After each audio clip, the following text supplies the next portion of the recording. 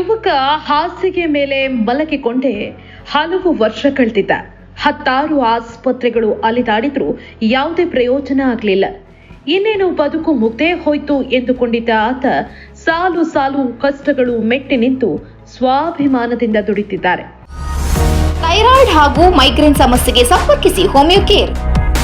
ಬೆಳಗಾವಿ ನಗರದಲ್ಲಿ ವಾಸಿಸುತ್ತಾರೋ ರಾಮದುರ್ಗ ತಾಲೂಕಿನ ಚನ್ನಾಪುರ ತಾಂಡಾ ಮೂಲದ ಕೃಷ್ಣ ವೆಂಕಪ್ಪ ಲಮಾಣಿ ಅನ್ನೋ ಯುವಕನ ಯಶೋಗಾಥೆ ಇದು. 9 ವರ್ಷಗಳ ಹಿಂದೆ ನಡೆದ ಅಪಘಾತದಲ್ಲಿ ಈ ಯುವಕನ ಬೆನ್ನು ಹುರಿ ಮುರಿದು ಬದುಕನ್ನೇ ಹಿಂಡಿ ಹಿಪ್ಪೆಗೊಳಿಸಿತ್ತು. ಆದರೆ ಬ್ಯಾಟರಿ ಚಾಲಿತ ವೀಲ್ ಚೇರ್ ಮೂಲಕವೇ door to door food delivery ಮಾಡಿ ಸಂಸಾರದ ಭಾರವನ್ನ ತನ್ನ ಹೆಗಲ ಮೇಲೆ ಹೇರ್ಕೊಂಡಿದ್ದಾನೆ.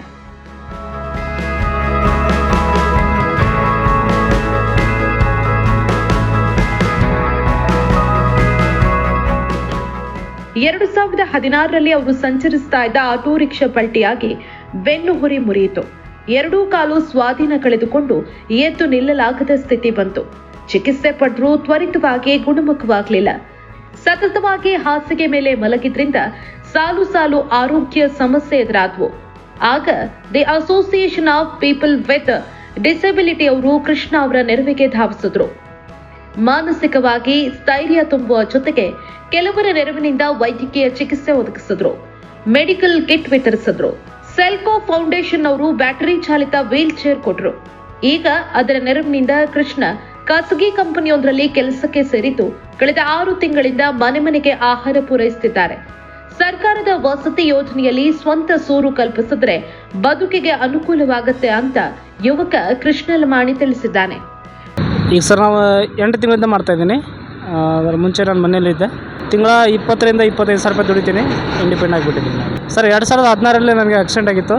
ಬೈ ರೋಡಲ್ಲಿ ಆಕ್ಸಿಡೆಂಟ್ ಆಗಿತ್ತು. 2 ಕಾಲೆಲ್ಲ ಸ್ವಾಧೀನ ಕಳ್ಕೊಂಡಿದ್ದೀನಿ. ಬ್ಯಾಕ್ ಬೋನ್ ಪೇನ್ ಆಗಿತ್ತು ಸರ್. ಸ್ಪೈನಲ್ ಕಾರ್ಡ್ ಇಂಜರಿ ಆಗಿದೆ. 7.5 ವರ್ಷ ನಾನು ಬೆಡ್ಡಲ್ಲಿದ್ದೆ. ಇವಾಗ 8 ತಿಂಗಳಾಯ್ತು ನಾನು ಕೆಲಸ ಮಾಡ್ತಾಯಿದ್ದೀನಿ. ಈಗ ನನ್ನ ಮನೆ ಪರಿಸ್ಥಿತಿ ನೋಡಿ ಕೆಲಸ ಮಾಡಬೇಕಂತ ಒಬ್ಬರು ಫ್ರೆಂಡ್ ಹೇಳಿದರು. ಹೊರಗಡೆ ಬಂದು ಕೆಲಸ ಮಾಡಿದೆ.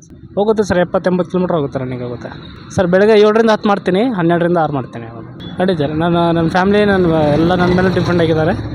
ಎಲ್ಲ ಮಾಡ್ತಾರೆ. ಇದೇ ಕೆಲಸ ಮಾಡ್ತಾಯಿದ್ದೀನಿ. ಏನು ಸಿಕ್ಕಿಲ್ಲ ನಮಗೆ, ಪೆನ್ಷನ್ ಸಿಗುತ್ತೆ.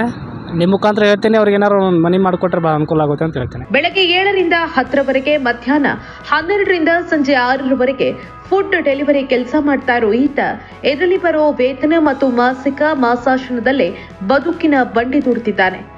ಎಂಥವರ ಬದುಕಿನಲ್ಲಿ ಕಷ್ಟ ಎದುರಾಗ್ತವೆ, ಅವುಗಳಿಗೆ ಎದೆ ಕುಂದದೆ ಮುನ್ನಡೆಯುತ್ತಿದ್ದಾನೆ. ಪ್ರಹ್ಲಾದ್ ಪೂಜಾರಿ, ಪಬ್ಲಿಕ್ ನೆಕ್ಸ್ಟ್, ಬೆಳಗಾವಿ.